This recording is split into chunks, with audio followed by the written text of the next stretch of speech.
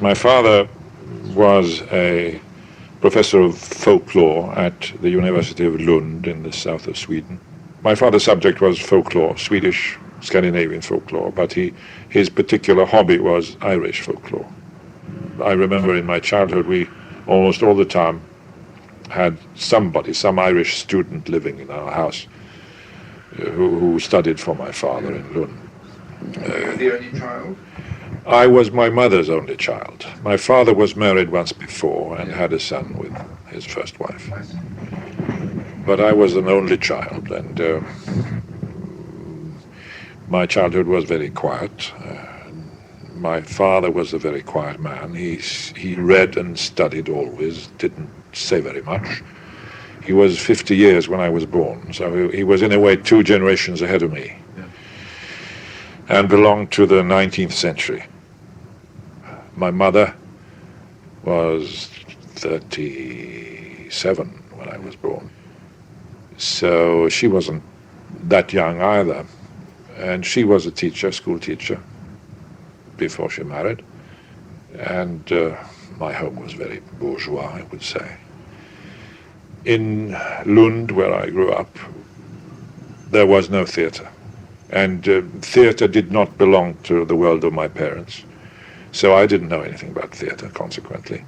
They were not interested in films either. They didn't go to the movies, and which meant that I didn't really go very much when I was little either. Not until my friends inspired me to do that. Then in 1943, the municipal theatre of Malmö opened, and Malmö is a town about 20 kilometers from Lund. And the theatre was very modern, very elegant in those days, had a huge, large stage and a smaller one. And that was my first contact with theatre, when my school took the students there. And that was a fantastic experience to me. Very soon, a group of my friends and I started an amateur group in college. No, in high school.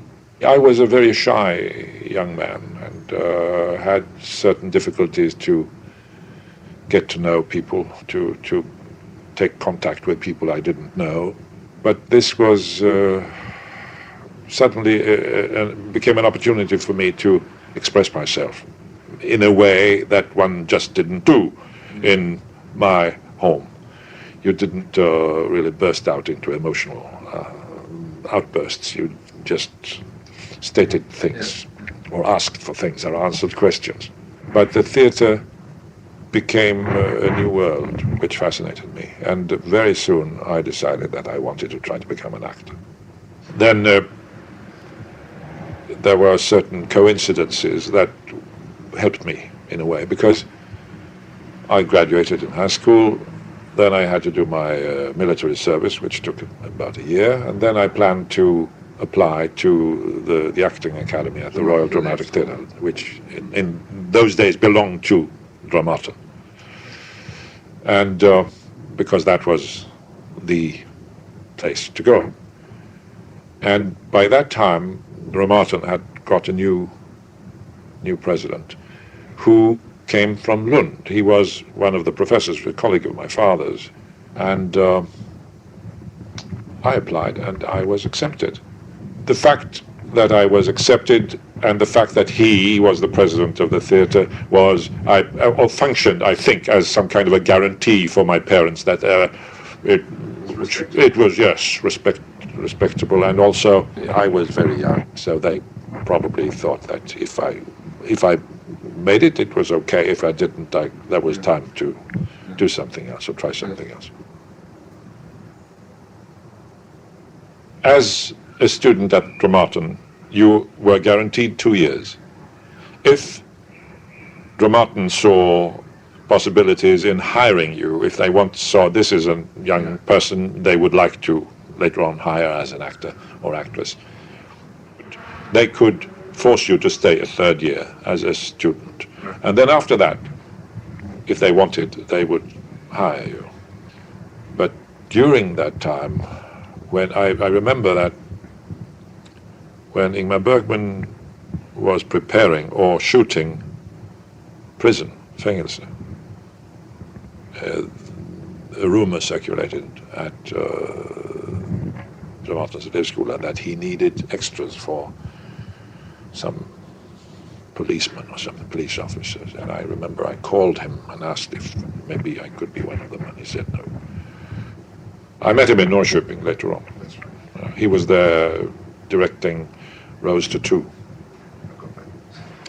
What I remember from that time was that he approached me in Malmö. I don't know what we were up to, but he told me that he was going to make a film based on his wood painting, the play. And he had some ideas. He had, as I now recall it, he had some kind of a revelation listening to Karl Orff's Carmina Burana, and felt that he had seen, say, images. He also had some idea that he wanted to develop the actor or the juggler who was in the play. I don't remember the details from the play. I saw it produced the year before I was employed in Malmö, but I don't remember that. But he had some idea. He asked me if I had seen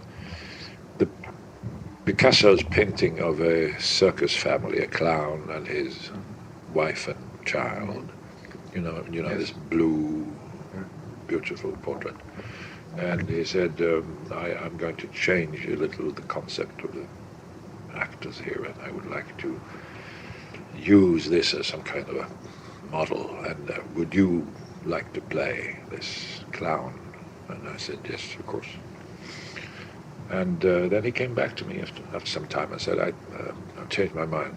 Would you like to play the knight? And I said, yes, but he doesn't talk, does he?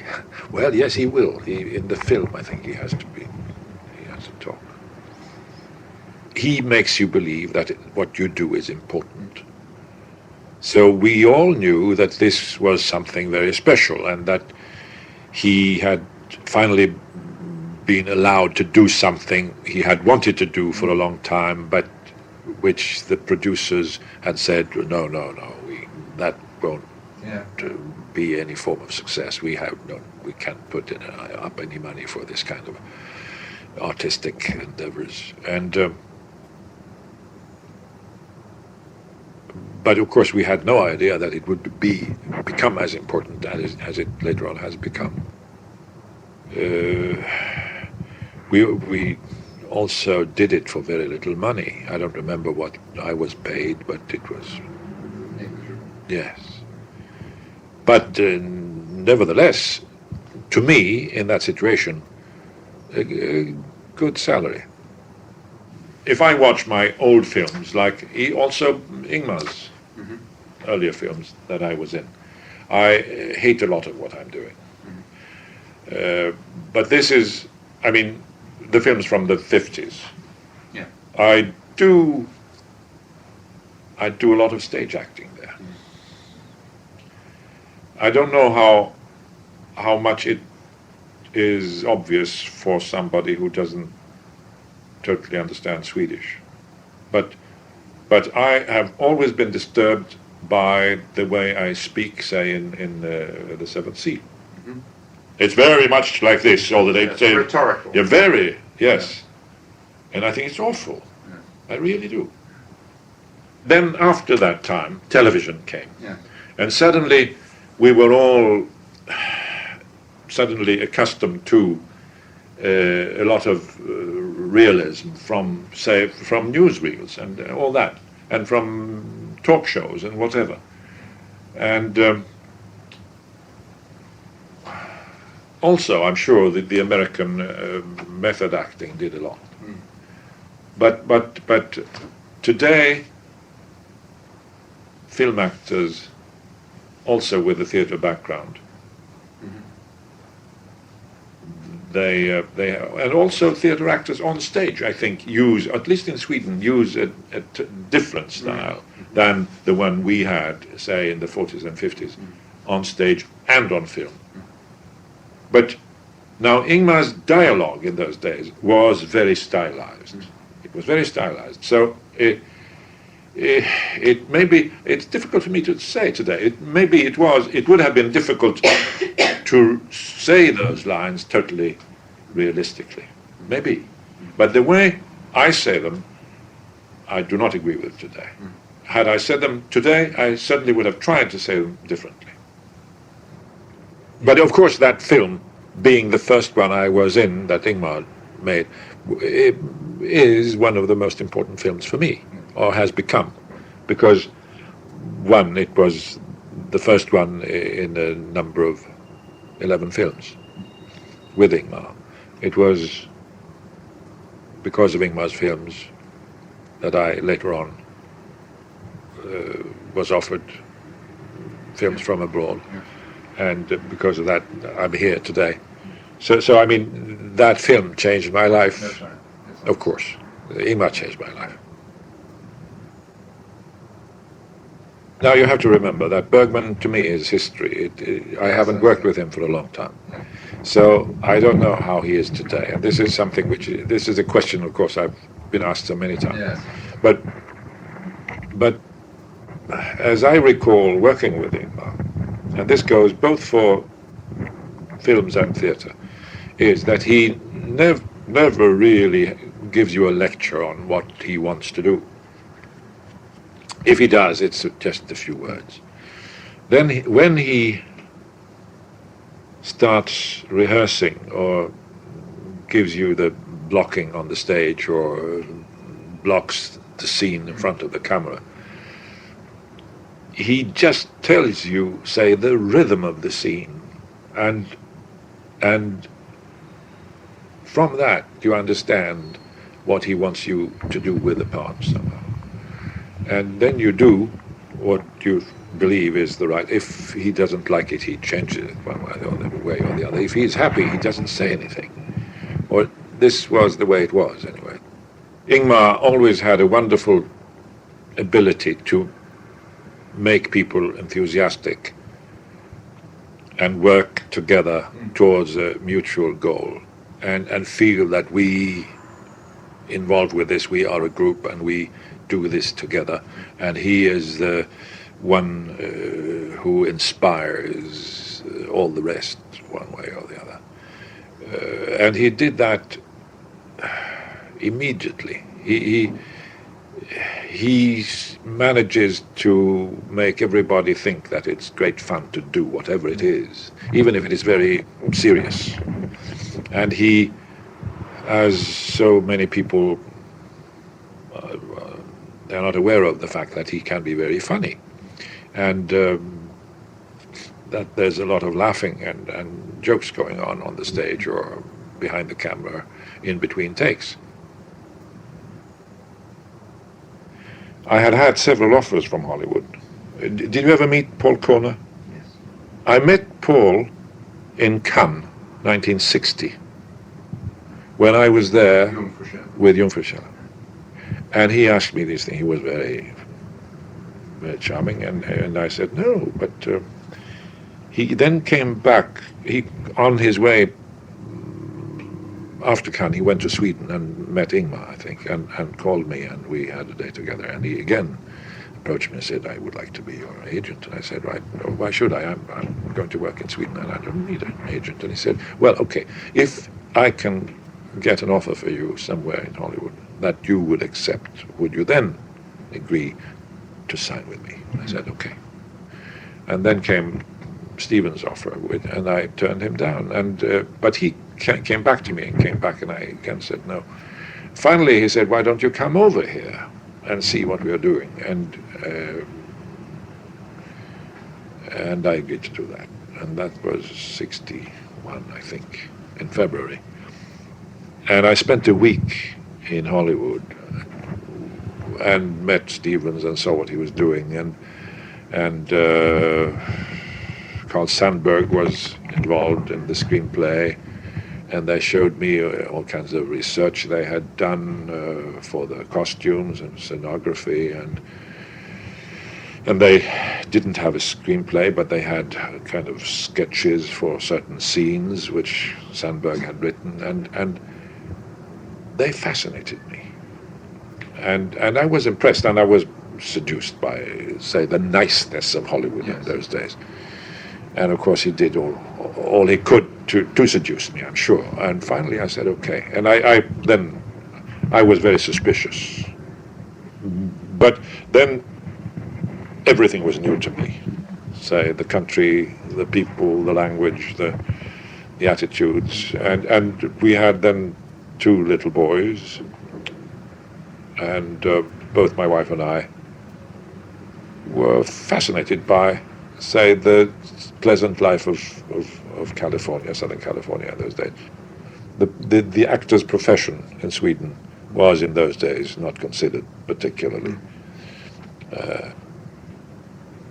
No, but being an actor or being a star in a film in Hollywood was certainly something very important. So there was a difference, which I hadn't experienced before. Then, again, I slowly realized that being an actor in Sweden, you were allowed to be involved in some kind of artistic project which somehow was allowed to not to succeed if you were, say, artistically ambitious enough. In Hollywood, if you do not succeed, you are nobody. When we went there first, we did it with the idea that I would still go back and work in Sweden. I didn't decide to stay, but I thought or hoped that there would be, that the one part would lead to another. But I realized, of course, very soon that there weren't that many parts for me, being a foreigner. And that's a truth you have to face if you do not speak the language totally fluently, which I never did. What I have to do, being in English-speaking films, is I can only choose between the foreigners in the films. And that is a bit problematic because the foreigners are not always that much fun to do. Evil. They are very often evil, yes. It was and is complicated, but particularly in the beginning. Because when I came to the United States, the producers, the directors didn't know me at all. If they knew anything, they had seen one or a few Bergman films. And what had they seen? They had seen me in The Seventh Seal, The Magician, Virgin Spring, maybe something else. But all these things... All costume dramas. Yes, costume dramas, and with some kind of religious angle on it. And the films, as films, were very serious, more or less. So I was probably immediately typecast as a Bergman actor, and certainly a Scandinavian, and probably for somebody who hasn't been to Scandinavia, I probably looked like a typical Scandinavian. I was tall and blonde and fair-skinned and blue-eyed, and then again, my name had a German ring to it. So what can we use this actor for? We can use him for foreign parts. We can use him for Nazi officers in films about the Second World War. We can use him in religious parts. And I'm sure they believed I was. After the great story was told, they were probably convinced that I also was terribly religious as a person. But all that I had to fight.